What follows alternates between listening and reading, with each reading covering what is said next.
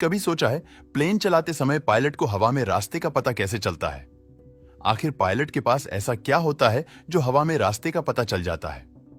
आपको यह जानकर हैरानी होगी कि हर दिन के करीब 1 लाख और साल भर में 35 करोड़ कमर्शियल जहाज उड़ान भरते हैं और रोजाना हेलीकॉप्टर्स और फाइटर जेट्स भी आसमान की सैर करने निकलते हैं। इसलिए कहा जाता है कि किसी भी देश की हवाई सीमा में ट्रेन और सड़क परिवहन से भी ज्यादा ट्रैफिक हवा में होती है और इस ट्रैफिक को मैनेज करने के लिए बारीकी से ध्यान रखना पड़ता है, क्योंकि एक छोटी सी भूल एक बड़ी दुर्घटना को अंजाम दे सकती है। और आज के इस वीडियो में हम जानेंगे किस तरह एयर ट्रैफिक को मैनेज किया जाता है। इतनी ऊंचाई पर भी पायलट अपनी फ्लाइट का रास्ता कैसे ढूंढते हैं? रात के समय में नेविगेशन करना कितना मुश्किल होता है? बादलों के ऊपर उड़ने वाले यह जहाज अपना रास्ता कैसे ढूंढते हैं?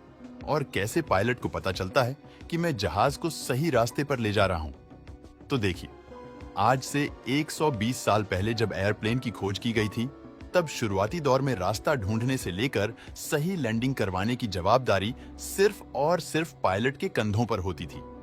उन्हें ही सामने से आने वाले जहाज को देखना पड़ता था, अंदाजा लगाकर अपना रास्ता चुनना पड़ता था और सही समय पर अल्टीट्यूड कम करके लैंडिंग करनी होती थी, जिसके लिए पायलट पहाड़, जमीन, मकान या रेलवे लाइन का सहारा लेते थे। जैसे कि अगर कोई बहुत ही बड़ा पहाड़ है तो उस पहाड़ को एक मार्किंग के तरीके से इस्तेमाल किया जाता था और उसे देखकर पायलट डिसाइड करते थे कि हमें बिल्कुल सीधे जाना है या फिर कितने डिग्री पर मोड़ लेना है।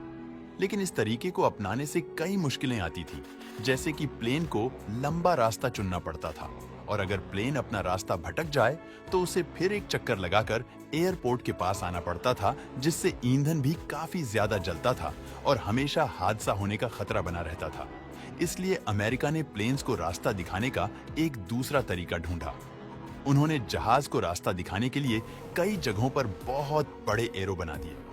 जमीन पर बने यह तीर इतने बड़े होते थे कि पायलट को 20,000 फीट की ऊंचाई पर भी दिख जाते थे। लेकिन यहाँ भी एक समस्या थी कि एरो रात के समय नहीं दिखते थे, इसलिए वैज्ञानिक ने इनके चारों तरफ बड़ी बड़ी लाइट्स लगा दी। लेकिन बादलों के ऊपर उड़ रहे प्लेन के पायलट्स के लिए जमीन पर बने तीर को देखना मुमकिन नहीं था। ऐसे में वक्त के साथ सिस्टम को अपग्रेड किया गया और रेडियो एंड रडार का इस्तेमाल होने लगा। साथ ही अब प्लेन के रास्ते की पूरी जिम्मेदारी भी पायलट पर नहीं रह गई। अब इस काम के लिए ट्रैफिक कंट्रोलर को जिम्मेदारी दी गई, जो एक कंट्रोल रूम में बैठकर पायलट को ये जानकारी देते रहते हैं कि एरोप्लेन की ऊंचाई कितनी रखनी है और किस रास्ते पर ले जाना है। और आज सभी कमर्शियल प्लेन रडार के साथ जीपीएस नेविगेशन का भी इस्तेमाल करते हैं। लेकिन ये रडार काम कैसे करता है? चलिए जानते हैं दोस्तों।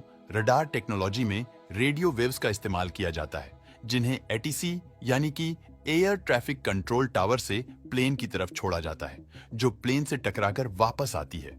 और रेडियो के जाने और उससे टकराकर आने में जितना समय लगता है, उसको कैलकुलेट करके उस प्लेन के बारे में पता लगाया जाता है, जिसके लिए इसमें antenna transmission, face lock loop और रिसीवर होता है।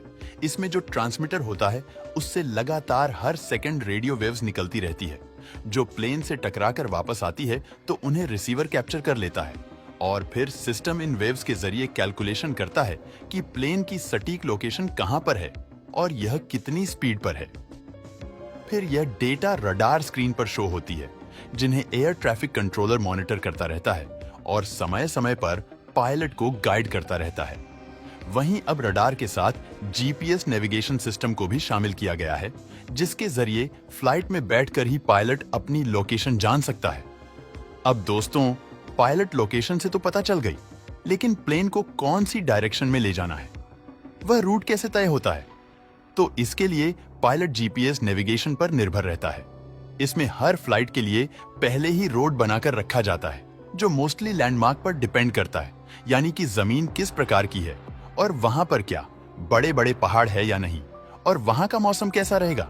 जैसे दुनिया भर में कई ऐसे इलाके हैं जहां मौसम हमेशा खराब रहता है, वहां से फ्लाइट ले जाना अलाउड नहीं है, जिसे नो फ्लाइट जोन में रखा जाता है, ताकि उनकी सुरक्षा में कोई खतरा ना आए। इस तरह प्रतिबंधित क्षेत्रों को छोड़कर आसमान में जो इलाका बचता है, वहीं से फ्लाइट रूट बनाया जाता है और एक रूट कई फ्लाइट्स द्वारा इस्तेमाल किया जाता है। इसीलिए हर फ्लाइट्स को एक टाइम जोन भी दिया जाता है। आपको यह जानकारी अच्छी लगी हो तो वीडियो को लाइक और शेयर करें।